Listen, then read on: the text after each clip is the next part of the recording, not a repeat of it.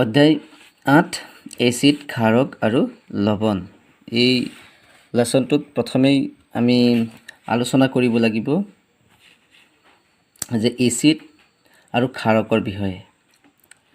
যে প্ৰাচীন গ্ৰীকসকলে এচিড আৰু ক্ষাৰকক সোৱাদ অনুসৰিয়ে ভাগ কৰিছিল। প্ৰাচীন গ্ৰীকসকলে কি কৰিছিলে? এচিড আৰু ক্ষাৰকক সোৱাদ অনুসৰিয়ে ভাগ কৰিছিলে। এচিড পদাৰ্থবোৰ টেঙা বুলি ভাবিছিলে আৰু ক্ষাৰকবোৰক তিতা বুলি কোৱা হৈছিলে।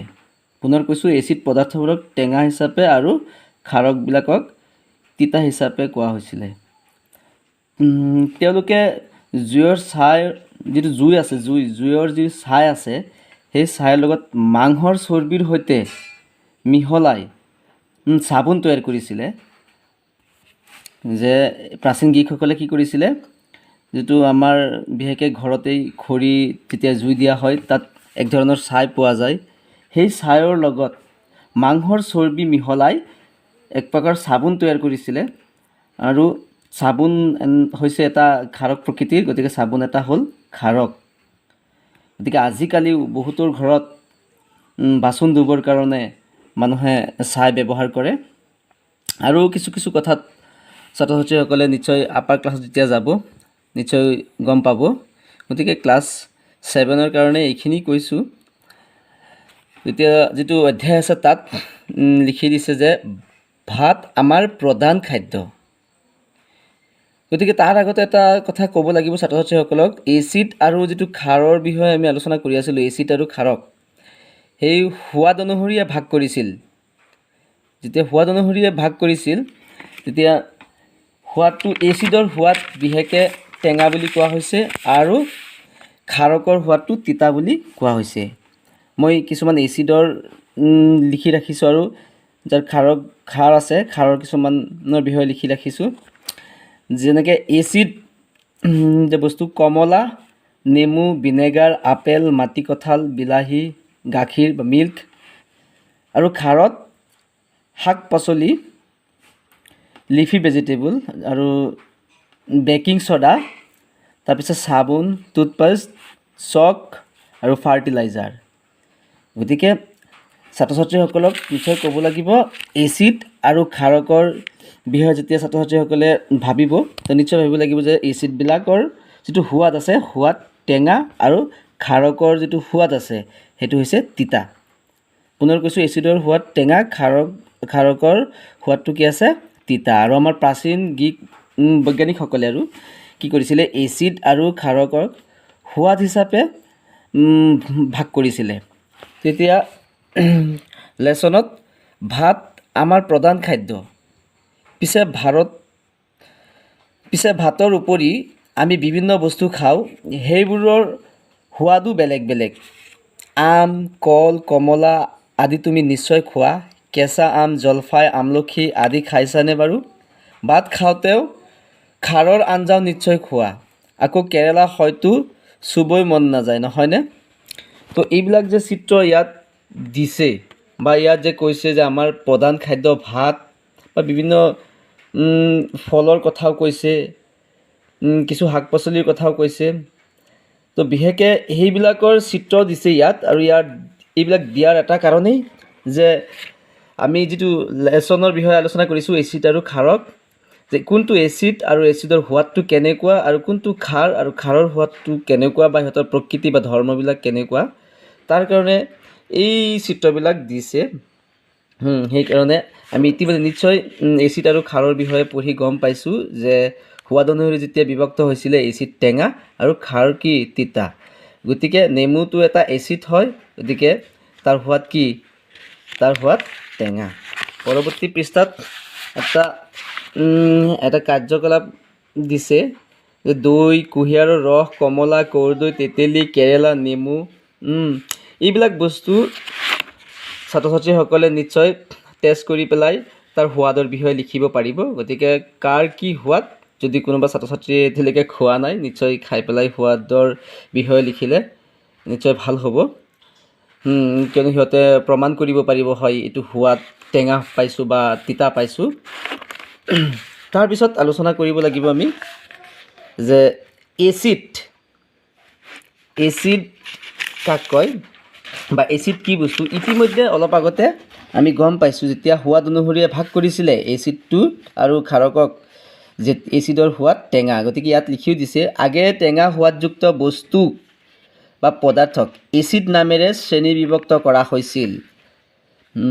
কি কৈছে যে টেঙা সোৱাদযুক্ত বস্তুক এচিড নামেৰে কি কৰা হৈছে, শ্ৰেণীবিভক্ত কৰা হৈছিল। শব্দটো লেটিন ভাষাৰ এচিডাছৰ পৰা আহিছে। যে এচিড কাক কয়, বিশেষকৈ ইয়াত লিখি দিছে ক্লাছ 7ৰ যিটো কিতাপ আছে অসম জাতীয় বিদ্যালয়ৰ, তাত কোৱা হৈছে যে টেঙা সোৱাদযুক্ত বস্তুক এচিড নামেৰে শ্ৰেণীভুক্ত কৰা হয়। আৰু এই শব্দটো এচিড যে শব্দটো আছে, এই শব্দটো লেটিন ভাষা এচিডাছৰ পৰা আহিছিলে। আৰু এচিডাছৰ অৰ্থ টেঙা। এচিডাছৰ অৰ্থ কি, টেঙা। গতিকে ছাত্ৰ ছাত্ৰীসকলে এচিড হেডলাইনটো লিখি পেলাই যদি সোধে এচিড কাক কয়, নিশ্চয় ইয়াৰ পৰা লিখিব পাৰিব। গতিকে তোমালোকে নোটছ বনাই ল'বা, ঘৰত লিখি দিবা ইয়াৰ পৰাই, যিহেতু ইয়াত আছে। গতিকে তোমালোকে ইয়াৰ পৰা আৰম্ভ কৰিবা যে টেঙা সোৱাদযুক্ত বস্তুক এচিড নামেৰে শ্ৰেণীবিভক্ত কৰা হয়। আৰু শব্দটো লেটিন ভাষাৰ এচিডাছৰ পৰা আহিছে। এচিডাছৰ অৰ্থ হৈছে টেঙা। তাৰপিছত ইয়াত আছে যে তুমি জানা দৈ, গাখীৰ, নেমু আদি টেঙা বস্তু। টেঙা সোৱাদৰ মূলতে হ'ল এচিড শ্ৰেণীৰ পদাৰ্থ। টেঙাৰ মূল কাৰণেই হৈছে সেই বস্তুবিলাক বিশেষকৈ এচিড শ্ৰেণীৰ হয়, সেইকাৰণে টেঙা হ'ব। দৈ, গাখীৰ উদাহৰণটোকে লোৱাচোন। ইয়াত প্ৰ'টিন, স্নেহজাতীয় পদাৰ্থ, পানী আদি বিভিন্ন পদাৰ্থ আছে। সেইবোৰৰ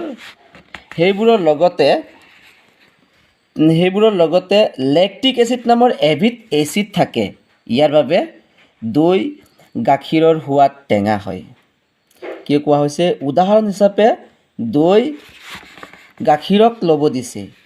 আৰু এই দৈ, গাখীৰত প্ৰ'টিন, স্নেহজাতীয় পদাৰ্থ, পানী আদি বিভিন্ন পদাৰ্থ আছে। আৰু সেইবোৰৰ লগতেই স্নেহজাতীয় পদাৰ্থ, পানী, প্ৰ'টিন এইবোৰৰ লগতেই লেক্টিক এচিড নামৰ এবিধ এচিডো আছে। আৰু এই লেক্টিক এচিড নামৰ এবিধ এচিড আছে কাৰণে দৈ, গাখীৰৰ সোৱাদটো টেঙা বুলি আমি অনুভৱ কৰোঁ। গতিকে ইয়াৰ পৰা কুৱেশ্যন হ'ব পাৰে, গাখীৰৰ সোৱাদ কিয় টেঙা? তো ছাত্ৰ ছাত্ৰীসকলে নিশ্চয় লিখিব পাৰে যে দৈ, গাখীৰৰ সোৱাদ টেঙা এই কাৰণেই যে ইয়াত কি পোৱা যায়, এবিধ লেক্টিক এচিড নামৰ এচিড পোৱা যায়। গতিকে এইখিনিলৈকে লিখিব পাৰে ছাত্ৰ ছাত্ৰীসকলে। তোমালোকে লিখিবা এচিডৰ হেডলাইন দি পেলাই, এইখিনিলৈকে লিখিবা একেবাৰে ইয়াৰ পৰা আৰম্ভ কৰি। গতিকে এচিডৰ কিছু কথা ইয়াত পাইছা। আৰু এচিডৰ যদি ধৰ্ম কয়, যে এচিডৰ এটা ধৰ্ম কোৱা, তেন্তে তোমালোকে উত্তৰ দিব পাৰিবা যে এচিডৰ সোৱাদ টেঙা। এচিডৰ সোৱাদ কি, টেঙা। আৰু যদি কিছুমান উদাহৰণো বিচাৰে এচিডৰ, যেতিয়া বস্তুবিলাকৰ উদাহৰণ বিচাৰিব, নিশ্চয় তোমালোকে দিব পাৰিবা যে দৈ গাখীৰ হওক, নেমু হওক, কমলা, বিলাহী, এইবিলাক তোমালোকে দিব পাৰিবা। পিছত খাদ্যবস্তু আৰু তাত থকা এচিডৰ নাম। কিছুমান খাদ্যবস্তু লিখা হৈছে আৰু তাত কি কি এচিড থাকে তাৰ কাৰণে এটা তালিকা ইয়াত দিয়া হৈ আছে। গতিকে ছাত্ৰ ছাত্ৰীসকল তোমালোকে এই তালিকাটো লিখি কোনটো খাদ্যবস্তুত কি এচিড পোৱা যায় সম্পূৰ্ণ মুখস্থ কৰিবা। আৰু ইয়াৰ পৰা তোমালোকৰ পৰীক্ষাত নিশ্চয় কুৱেশ্যন আহিব। গতিকে মই এবাৰ পঢ়ি দিছোঁ যে আমলখি, নেমু টেঙাত এছকাৰ্বিক এচিড বা ভিটামিন চি থাকে। কমলা বা নেমুত চাইট্ৰিক এচিড, আপেলত মেলিক এচিড, ভিনেগাৰত এচিটিক এচিড, পৰুৱাৰ দংশন ফৰ্মিক এচিড, পৰুৱাৰ শুং, আৰু চাহপাত টেনিক এচিড, পালেং শাক, মধুৰিআমত অক্সেলিক এচিড, তেঁতেলী টেঙা, বিলাহী, আঙুৰ, কেঁচা আম আদিত টাৰ্টাৰিক এচিড, দৈ, মাখন লেক্টিক এচিড। গতিকে এইটো তালিকাটো তোমালোকে লিখিবা। তাৰপিছত কি কৈছে যে ওপৰৰ তালিকাখনলৈ মন কৰাচোন।